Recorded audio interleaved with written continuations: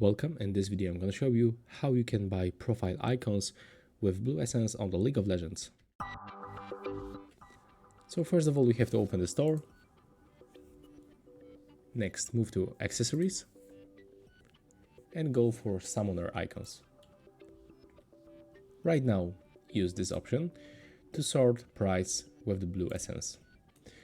As you can see right here, that's the April in 2023, we got 3 icons that we can get with the Blue Essence.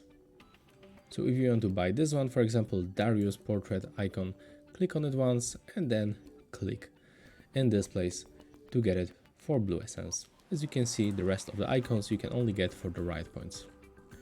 So yeah, that's how it looks. If you find this video helpful, remember to leave a like, comment and subscribe to our channel.